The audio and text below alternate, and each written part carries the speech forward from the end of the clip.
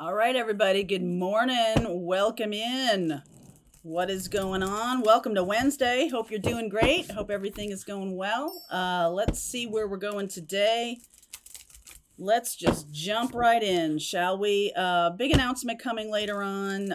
We will be doing the 2023 version of the spiritual business class, and that will include a lot of how to be on camera. At your request, I have put together a session about being on camera and getting confidence to be on camera. So that is coming very soon. FYI, FYI. Okay, so let's see where we're going. That's going to be in October. So just thought I'd mention it to y'all. Let's see. Oh, this showed up yesterday too. Lucky. All right, a little bit of Jupiter energy there. Divine Feminine, beautiful, beautiful, and fire, fire, fire, fire. All right, so some of you are, I don't know how some of you are dealing with the Jupiter in retrograde. It kind of depends on where it is in your chart. And depends. I was born with Jupiter in retrograde, but I'm a Sag, so like, you know, like we are lucky. So this feels a little bit to me like there's some kind of fired up passion, love. Okay. This can be about love. And I feel like for some of you, this may not be for all of you, but the message for some of you is that there's going to be a chance meeting or something like that with a new person. This is not anything for you to do anything with, right? Divine Feminine, just allow this person to show up. I feel like the Jupiter in retrograde, some of you are being activated. Some of you have Venus being activated right now. Some of you have this Jupiter placement, an important part of your birth chart around partnership and love. So the Divine Feminine energy is really opening up this fire, this passion, feeling it, just feeling it there. And just expect the unexpected as it relates to love. Some of you have pointed out to me that spiritual path is really all you're focused on right now, and I totally am down with that. This does feel to me like an activation of the Divine Feminine in some way, shape, or form. And the lucky piece is a something coming across your path that's really going to fire up your passion. So some of you it's love, some of you it has to do with new ideas. All right, new ideas, new beginnings. Some of you are opening up to channeling. Some of you are opening up to other spiritual gifts. And you may come across somebody who is going to really help you with that. A lucky meeting, a chance meeting. Okay, so yep, that's right. Ace of Swords, my friends. Ace of Swords, Two of Swords, the Knight of Cups, the Seven of Swords. Wow, Ace of Cups and the Nine of Cups. Some of you are also, because Jupiter's in retrograde, and sometimes I think of Jupiter as, you know, we talk about Mars as masculine and Venus as feminine, Jupiter as like the good husband. Okay, I know that's very dated and sort of gender specific, but the good partner, let's say, the good partner. And some of you are really realizing that you have been dealing with someone, if you're dealing with someone on the down low, if you're dealing with someone who is in a relationship or something like that, I feel like this goes away. Like there's some kind of person that comes across your path that kind of reminds you what it is you really want. Okay, so the Ace of Cups and the Nine of Cups, this is just very specific message for those of you who have a twin flame or have a partner, a wanted partner who's in a relationship. And I just feel like this is a lucky, lucky thing because you could spend a lot of years, a lot of time wasted in this situation. That's just what I'm getting. And there is a new person that shows up that kind of shows you. Yeah, kind of shows you. Okay, so Five of Swords, the High Priestess, Knight of Wands, all around you. Wow, all around you. The Star energy, the Death energy here. Cancer, Aquarius, Scorpio, Sag, Ten of Swords. Woo! Death and the Ten of Swords. Okay, we're going to clarify that. Two of Wands, the Page of Swords, and the Hierophant. I do feel like there's an ending here this is a lot about relationships, a lot about endings of relationships that have like come to the end of their teaching. You know, it's no longer valuable, right? You've learned the lesson. You've learned the lesson of the third party. You've learned the lesson of the ego battle with somebody. You've learned the lesson, and like you're choosing to move away from this. So I feel like there's a solid, like, period dot, like end of sentence with someone. And I do think that changes everything. This changes everything. The dynamic. Like you're seeing the Seven of Swords, Five of Swords, Two of Swords. You're seeing that these ways of being, and I'm not saying all of you have cheating relationships or anything like that. I'm just saying that if you haven't stood up for yourself, if you haven't aligned with your higher self, if you haven't really seen where you want to go, if you've been kind of circling around in these lower vibration relationships, I feel like now you're really seeing the future, seeing the path of alignment, seeing the path of future alignment anyway. And it's much better, it's much brighter, it's much more you. I do feel like some of you have sold yourself short and haven't stood up for yourself very much. And I feel like that comes from a place of people maybe in authority who've spent a lot of time trying to deal in terms of power games, okay? And that may have messed you up, especially if you were a kid when that was going on. If there was a power imbalance and this person still tries to use that power imbalance, I feel like that's the core reason why some of these relationships are still ongoing. It's like you're not standing up for yourself. You're not saying, hey, I deserve something real. Okay? And so now you are. I feel like that's what's being healed, is you're seeing this now. You're seeing a pattern of selling yourself short, not going for what you want, really, just kind of accepting whatever kind of comes across your path. And it's not it's never been very satisfying. So like, why keep doing it? You know, like, I think there's just this aha moment. I'm not seeing the Tower, but I am seeing this Ace of Swords. That's like, oh, what am I doing this for? Why am I dealing with this situation? It's not even very satisfying. It seems kind of, yeah. And so you know this, the High Priestess. There's somebody around you right now who is taking from you on their own terms. And I feel like you see that now. And by doing this, it's like you're laying the foundation for something futuristic, for something in the future that's really awesome. Maybe with a Sag, the Jupiter. This person has some Jupiter to them. Whether they have Jupiter in the 7th house, they're something like that. There's Jupiter energy here, and Jupiter retrograde can be this person, like, you know, we're not even talking about them. We're talking about you here. But Jupiter in retrograde, it's almost like this person is getting back to basics, back to brass tacks, as my mother would say, back to who they are.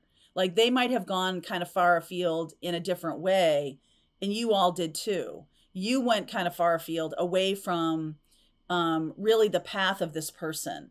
And so now it's like a giant detour that you've both taken. Both of you. This is not just you. Okay? This is both of you. So clarify the 5 of Swords for me, please. Okay. Empress. Venus. Okay. So Divine Feminine is here to nurture and heal, help heal you. This transforms you. The Empress is basically saying, I mean, this really is a little bit similar, isn't it? Like, I'm going to nurture my inner child now. I'm not going to go down roads that are going to be hurtful to me. I'm not going to take on partnerships that are not in my best interest. I'm not going to do things because I feel like I don't deserve something better. What you're healing here is self-worth, right? Self-worth. And you're applying self-love. We did a class last night about that, applying these practices around self-love that give you that dynamism, that give you that fire, that give you that spirit back. It's like you're coming back into yourself, which is really beautiful, right, Charlie? Yep. Okay, so Ten of Swords. I'm going to clarify this Ten of Swords. Emperor. Wow. Clarify death, please.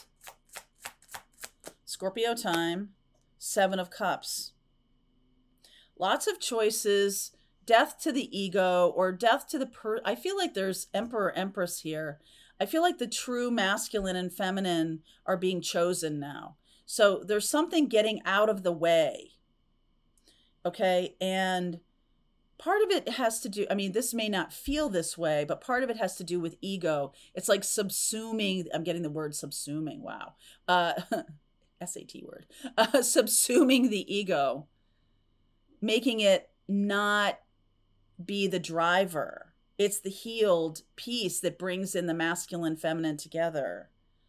Okay. And I feel like this is a choice for you. And I feel like there are a lot of choices with this transformation. A lot of choices. And one of the choices is commitment. Knight of Wands, the opposite of commitment. But I do feel like you're realigning with your true self. And what this can be also is, as I did the twin flame reading the other day, the internal masculine and feminine are like coming back into balance. So if the masculine was like too much and the feminine was not enough, the feminine is starting to rise. We've been talking about this for about a year now, at least, where the divine feminine is on the rise. You can see this in the world. You can see big changes happening. So clarify the Hierophant for me.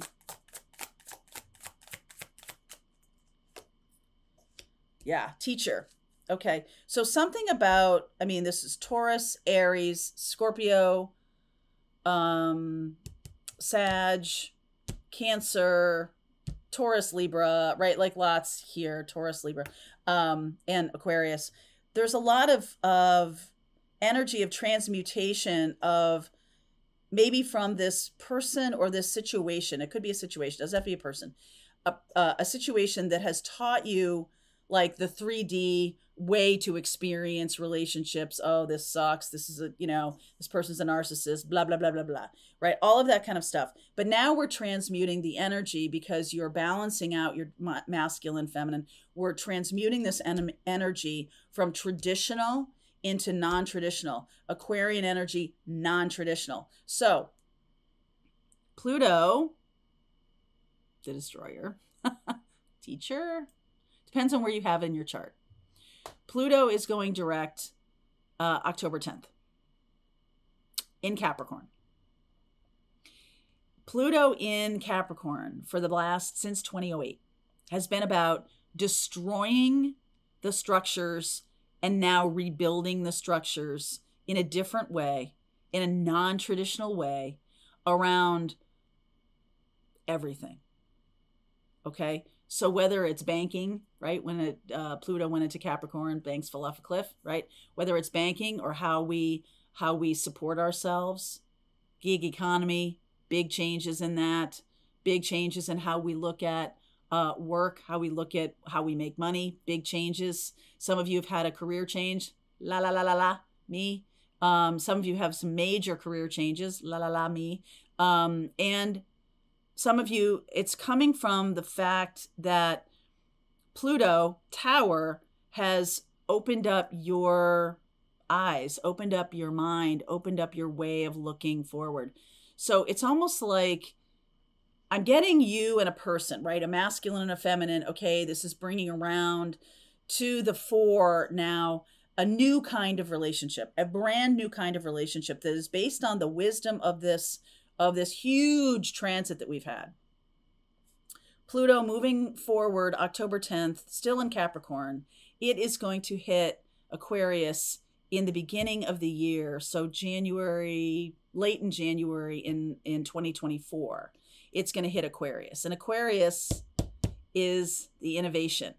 So we're coming from this place of tradition. This is Taurus, but still Taurus is an earth sign, and there's a lot of tradition around this energy of the Hierophant. It's very hierarchical, very, same with the Emperor, very hierarchical. The Empress, the High Priestess, and the Hermit are egalitarian. This is about a spiritual path. This is about a spiritual way of masculine, feminine, as opposed to traditional way of masculine, feminine. But I do feel like this has a foundation in 3D life. All the kings and all the queens here. It does have a foundation. It's just like a completely new way. The two of you, some of you are coming into relationship in a non-traditional way. Some of you are crossing each other's path in a completely surprise, like you cannot plan this. You cannot orient yourself to this other than just kind of staying on your spiritual path. Now, some of you, I know because you've told me, some of you have moved on to the spiritual path as a way of really healing from relationships. And I suspect kind of it's a mechanism to sort of move relationships off to the side. Like they're not important, or they're not as important, or there's so much to heal here. I'm really just like getting out of that transformational moment in time when relationships were like front and center for me. I'm kind of moving away from that. But I feel like there's an awareness here of like things that are still in your life or have come back into your life or something like that. When we had Venus in retrograde, all these retrogrades, a lot of X's do show up. And so there's a sense of like, oh, wow, yeah, totally see it in stark relief. I totally know why this person isn't for me. Okay. No offense to Sagittarius. I'm a Sag, but why this person may not be interested in commitment. High Priestess gets it, but it doesn't need to be loud. You don't need to proclaim it far and wide. You don't need to kind of rock that person's world. You don't need to shove that person down. You don't need to give that person a lesson, a lecture. You're just making the choice to shift. Death and the Ten of Swords. You are never going back to this way of being again. And this person has come into your life as a teacher, as a way of showing you. And I suspect that for some of you, this lesson has shown up many, many times. And now this Ace of Swords is just so like, it's so obvious, right? It's so obvious. So I just feel like you kind of just cut it. There's no need for discussion. And I will say that I did have a relationship at one point, this was many years ago, where I got to the point where there was no need to really discuss the relationship because it was over, right? It was over. And it was just like, okay, I'm making a choice. I see that it's over. I'm making a choice for myself. So I don't need to discuss that with you. I just need to make a choice for myself. And what I need to say is, this is my choice. This is where I'm going. We've just spent 6 months to a year trying to discuss this issue. Never changed. I got it. I see it.